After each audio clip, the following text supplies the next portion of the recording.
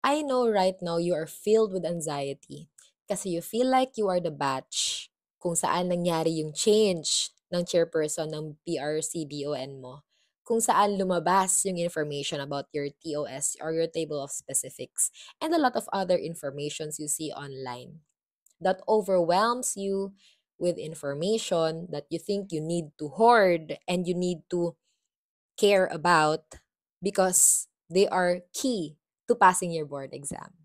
And the purpose of this video is to try and answer some of the confusions that you have in order to clarify your path to passing your PNLE this November 2025 and getting that license because that's the goal, right?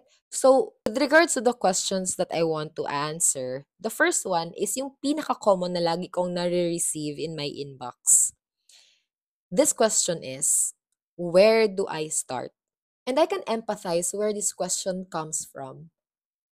I feel like it comes from a student from a 4-year nursing course that feels insufficient with the knowledge that they have right now. Hindi maayos ang foundation, they feel unprepared, they feel overwhelmed with the workload that they need to read, the readings they need to finish, and everything in between. And the short and simple answer to that question, you know me, my answer is you do practice question every single day, no matter how many items you can. You start at 5 items per day, 10 items per day until you reach 20, 50, 100, 200, 300 per day. And relax, alam ko anong nasa utak mo.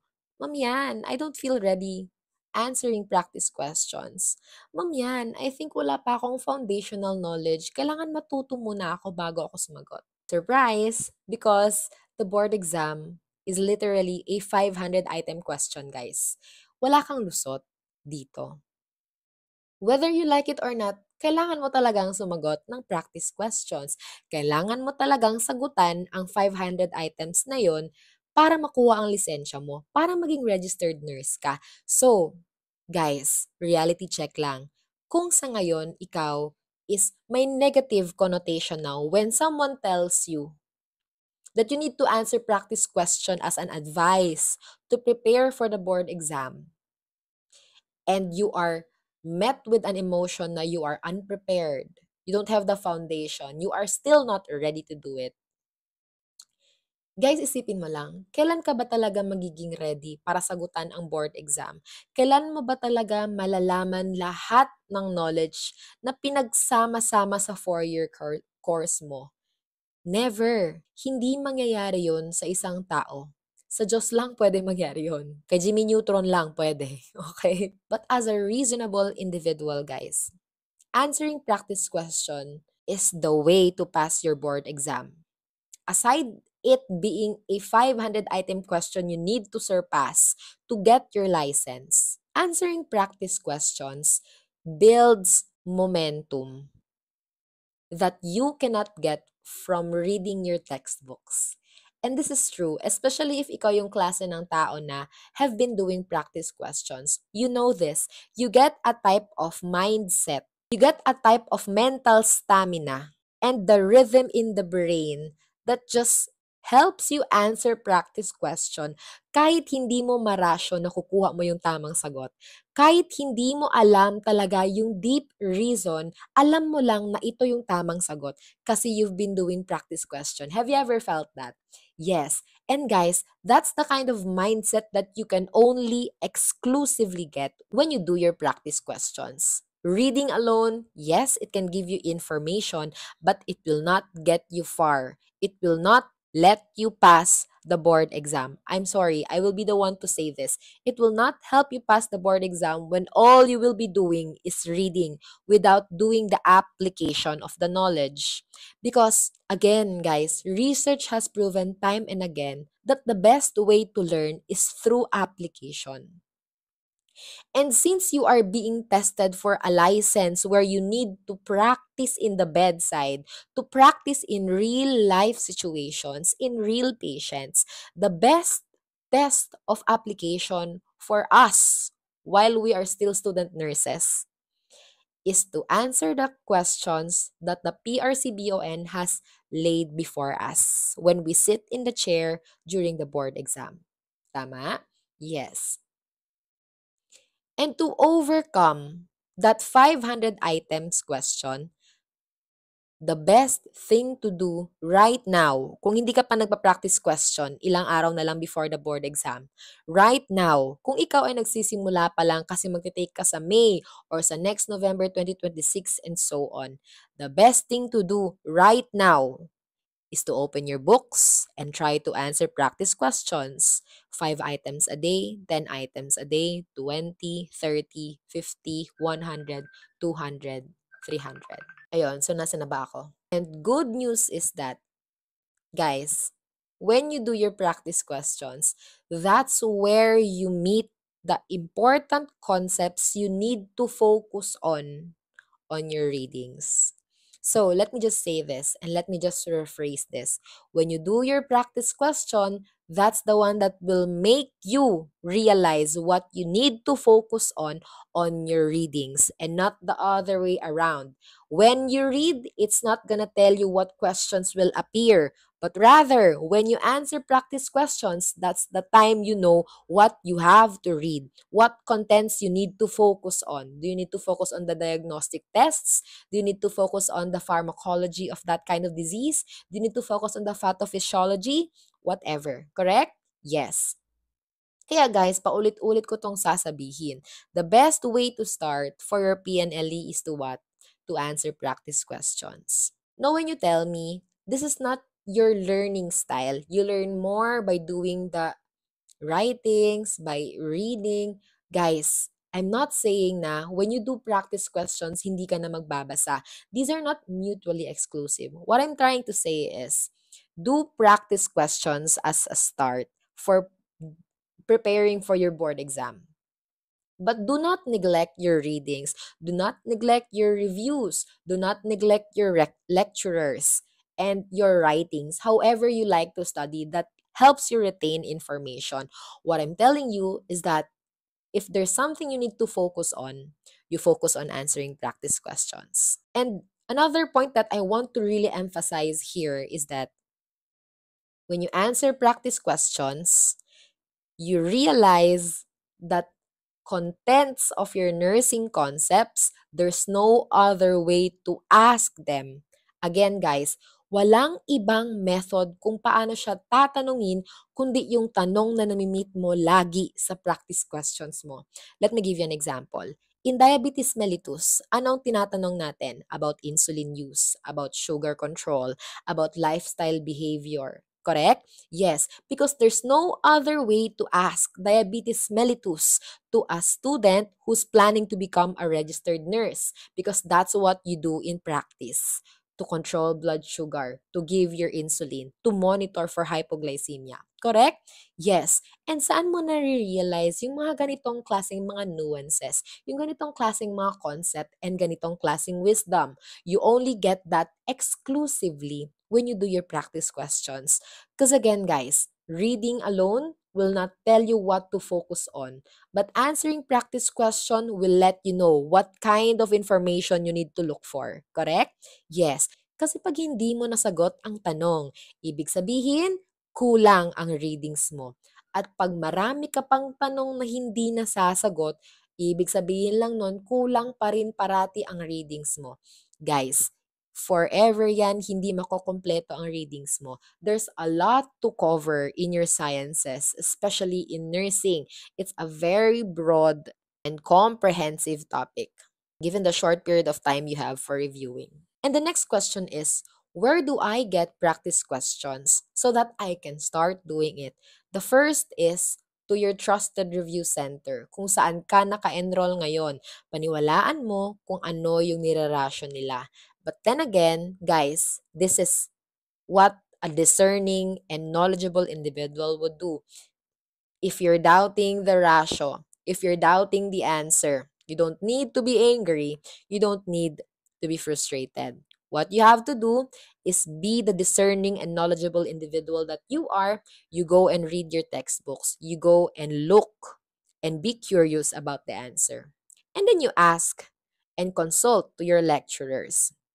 Ma'am, sir, my answer is like this. I found in the book it's like this. Guys, it's very easy to communicate, correct? Yes, you do it on the proper channels. So if you have problems with regards to the ratio, sa ratio ko sa YouTube, if may mga maling sagot doon, you can tell me. I will be glad to explain.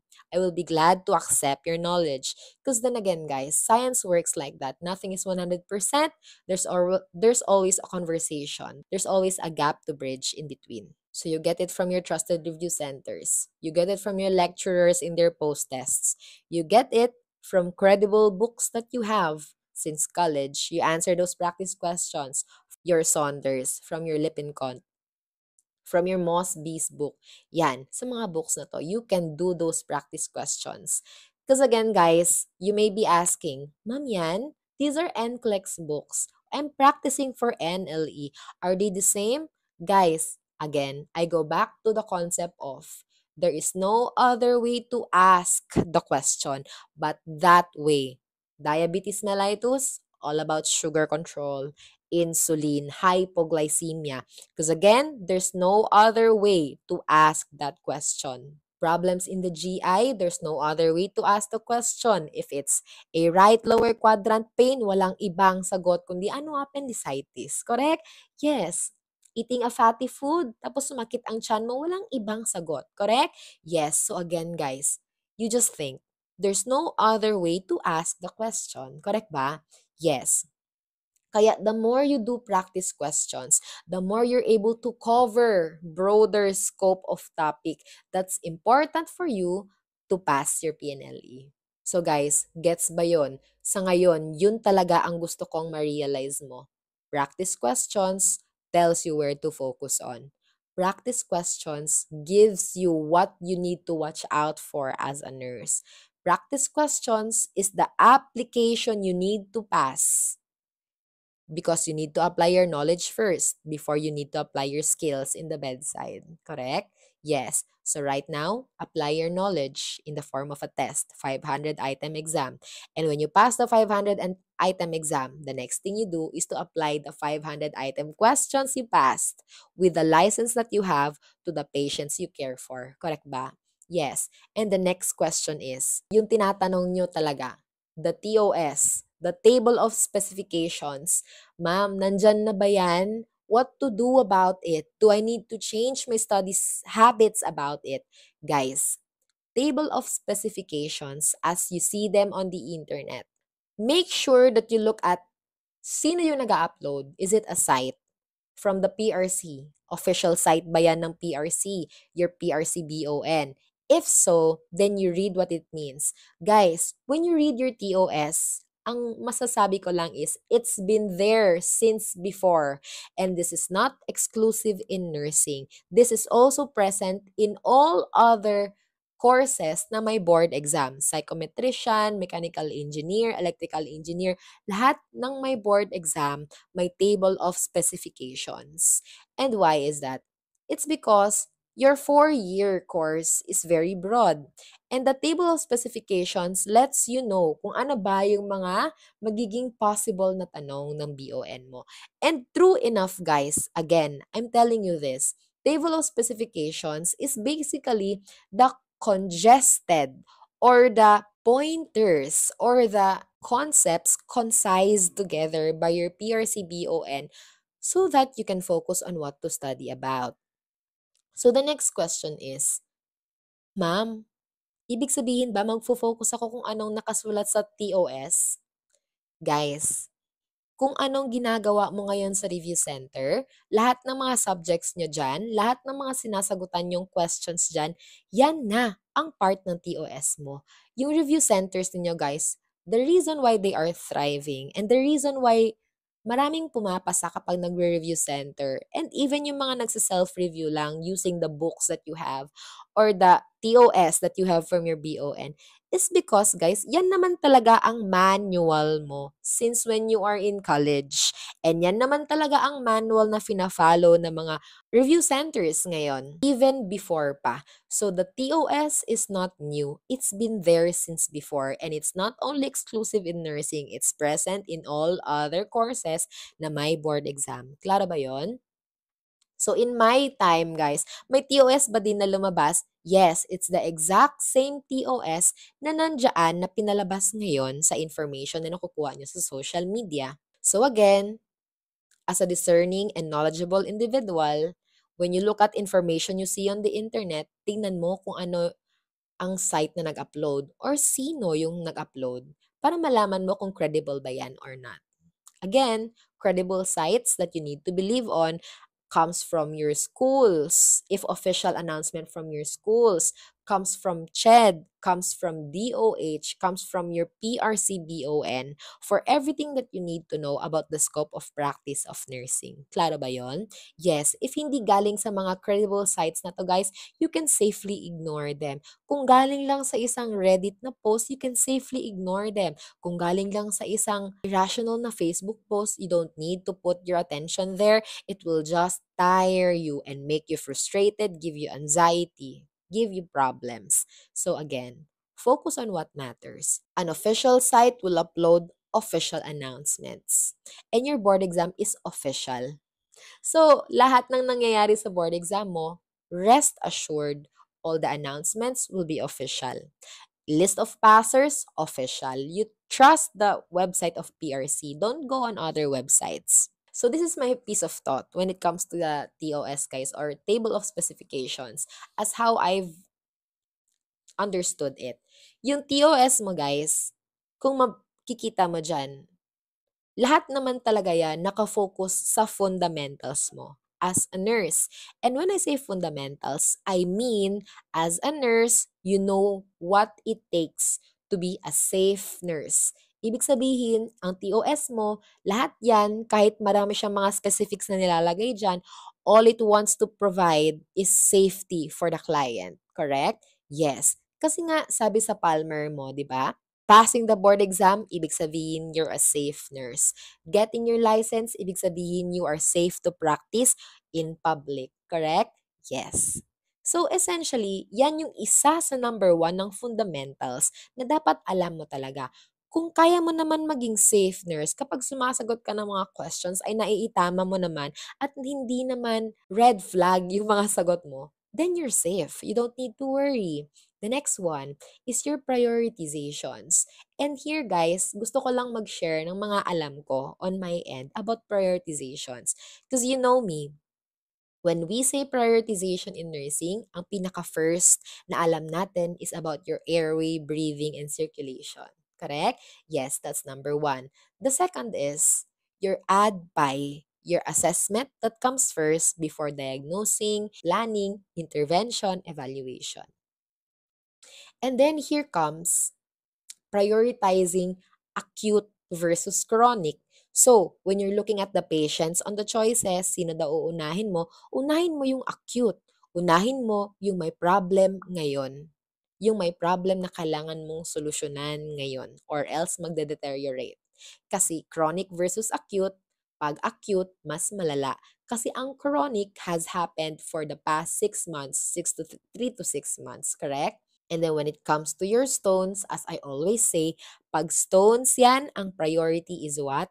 Pain. Correct? Yes. Dagdagan ko pa, guys. Pag fracture, ano ang priority? Immobilization. Kapag deep vein thrombosis, ano ang priority? Your sequential stockings or your compression stockings. Trust me, walang mintis yan, guys. NCLEX man or NLE. Pag DVT ang tanungan, walang ibang sagot kundi ano, compression stockings, sequential stockings. Yan. Okay? Ano pa? Pag head injury or head surgery, anong priority? Di increase in ICP. Kung hindi mo mahanap ang increase in ICP, di altered level of consciousness. Okay? Ano pa? Guys, kailan lang nababaliktad ang ABC priorities mo? kapag meron kang cardiac arrest. Kasi sa cardiac arrest, ang unahin mo is what? Circulation, airway, then breathing. So, nagiging CAB siya. Malinaw ba? Yes, that's an emergency nursing concept. And guys, yung walang kamatayan na the priority in psychiatric nursing is safety. True yan. Walang mintis. Tapos sa OB, ang priority, kung may makita kang assess the fetal heart tones, yun ang correct. Assess the fetal heart tones or the fetal heart rate, yun ang correct. So yun, aside from the prioritizations, alin pa ang fundamentals na dapat alam mo for your TOS? Guys, yung mga red alerts. So ganito yan. What do I mean by red alerts? Yung red alerts is, these are most commonly questions that ask you what's the earliest sign of a disease, earliest sign. Ano pa? What's the late sign? Yung mga ganon. What's the sign you have to watch out for? So, yung mga reportable sa physician. So, these are all red alerts and dapat alam yun ng nurse. Kasi sino ba laging nasa bedside? Nurse ba? Yes. Again, when you answer the 500 item question of the BON, that's the one, that's the application of your knowledge. Kasi after nyan, application of your skills. Okay? O, di ba? Ganun lang yon. And ano pa guys? You have to make sure that when you pick an answer in the board exam, it's nursing specific. It's on the nursing side. It's not on the doctor's side. It's not on the midwife, okay? Or ano ba, mga nursing assistant or whatever. Nursing-centered siya. Kasi ikaw, nag apply ka para sa lisensya ng isang nurse. Klaro ba? Yes. And overall, guys, if ipagsama-sama mo yan sila sa fundamentals mo about safety, about priority, about the warning signs or the red flags, and about it being nursing-centered, ang tatandaan mo, lahat ng yan, itatanong yan based on situation or situational questions yan. So, ibig sabihin, it's not gonna be an objective type of question most of the time. It's gonna be situational. It's gonna be in hospital setting, in the community, in the house, in a home visit, in a patient conversation. Kasi again, guys, ang way lang na ma-assess ng BON kung pwede kang mag-practice ng bedside sa public, sa totoong tao, is if kaya mo sagutin yung mga questions sa board exam mo. And guys, eto pa. Another tip is, you use your common sense. You use your common sense. Common sense will help you in the board exam. Kasi guys, eto lang masasabi ko. Ang malaking problema mo sa board exam is, if malakas ka mag-overthink, and malakas ka mag-overratio, malakas ka magtanong ng what if, what if, what if sa mga words na nakikita mo sa questions and sa choices. This is my tip. You take the question and the choices as it is, as a whole. Hindi pwedeng ang question, titingnan mo siya ng separate entity as versus the choices. Isang entity lang yan sila lahat, guys. Hindi pwedeng i-separate yan. So when you answer or when you analyze for an answer before you shade, you take the question and the choices as it is. You use your common sense. Do not overthink. Trust in the knowledge that you have built in the past days or weeks or months that you have been reviewing. So ayon, hope that clears out the confusions that you have with your table of specifications. And the last part here is, I just want to impart some wisdom that may help you in your path for the board exam. Makinig ka. Hard work will never betray you. Whatever you have planted right now, every single day, every second when you study, when you open your books, when you answer practice questions, when you learn anything for the board exam, all of that, may kapalit yan when you're already sitting in the board exam table answering the 500 items. It's gonna decide your fate whether or not mag-oath taking ka or hindi. It's gonna tell the BON if you are deserving of the license or not. So right now, still you have time. It's not yet too late. The days remaining for the board exam, I know it's making you anxious, but time is time. Time is points, okay? Time is points. The more you answer practice questions, the higher chances you have better outcome. better scores, top-notcher pagdating ng board exam. And ito pa, guys, reality check lang. I will be the one to tell you this.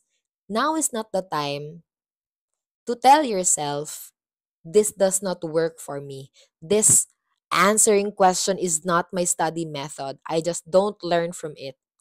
Guys, you're taking the board exam, and the board exam is a bunch of questions whether you like it or not. If it's not your practice style, edi don't take the board exam. Correct ba? Yes. So guys, whether you like it or not, sumagot ka ng practice question. Ako na nagsasabi sa'yo, sumagot ka. Kasi wala kang choice, kundi sasagot ka din naman ng 500 item question. So, what better way to sharpen your mind but to do it right now? Guys, ano ba ang priority mo ngayon na nagre-review ka? Comfort ba? Or para makakuha ng lisensya? Guys, para makuha ang lisensya mo, comfort is not part of the formula. Discomfort is. Being uncomfortable, making mistakes, having low scores, having frustrations, anger, defeat, lahat yan, they are all part of the formula of passing the board exam. Yes, trust me. The moment you feel angry kasi mali ang sagot mo at na-minus ang points mo, the moment you feel betrayed kasi tama na sana pero pinalitan mo pa ang sagot mo, the moment you feel frustrated kasi bakit hindi mo na lang sinunod ang common sense mo at nag-overrush ka pa. All of these are pieces of wisdom that you will bring with you when you answer your board exam. They are not a loss. In fact, everything is just perspective. Right now, if you are tired, thank God you have something to be tired of, correct? Right now, you're reviewing and you have a lot of recalls from top rank. Thank God you have a lot of questions to answer as compared to other students na walang maayos na resource. Thank God. It's all about perspective. You need to go to the review center early so that you can sit in the front seats. Thank God you're able to do that. Thank God you're afforded of the amenities and the opportunities to go to your review centers. Stressed ka for the board exam kasi ilang araw na lang? Thank God you're able to take the board exam. Thank God you have something to stress about. You are anxious na baka ma-fail mo ang parents mo or yung mga nakatingin sa'yo, mga naglulook up sa'yo. Thank God someone's looking up to you. Correct? Thank God you have parents na you will make proud when you get your license. Kasi guys, right now is not the time to rest. If anything, now is the time of grind. Because the grind you do now decides the fate of the future. The amount of efforts you do now will not betray the results. So this is essentially true. Pag hardworking ka, you get a good result at the end. If hindi ka ganun ka-hardworking, you also don't get that good of a result at the end. Hard work does not betray.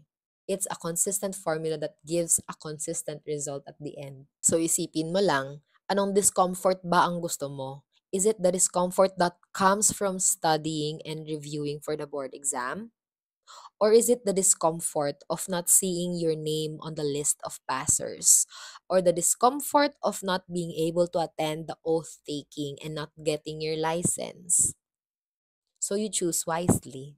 Is it the uncomfortable feeling of facing your fears sa mga subjects na hindi mo gusto? Sa mga concepts na hindi mo maintindihan? Or is it the discomfort that comes from failing the people that looks up to you? Pili ka lang. Because every day is a matter of choice. What you do with your spare time, what you do with your free days matters. I'm not saying you don't rest. What I'm saying is right now is the time of grind. Because after you take the board exam, 2 days lang naman, you can get all the rest that you want after.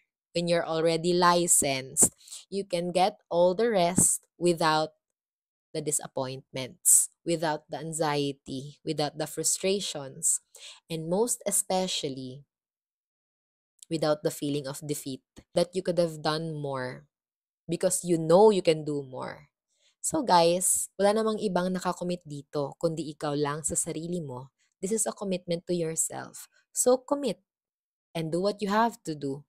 If you think you can do better, then do better right now with the remaining time that you have. Don't say you'll do better next time when you have already faced the pain of defeat. Wag naman mag-do better ka lang kapag may nangyari nang hindi mo nagustuhan. You do better right now because that's the best of the chances that you can get for your license. That's all. Bye.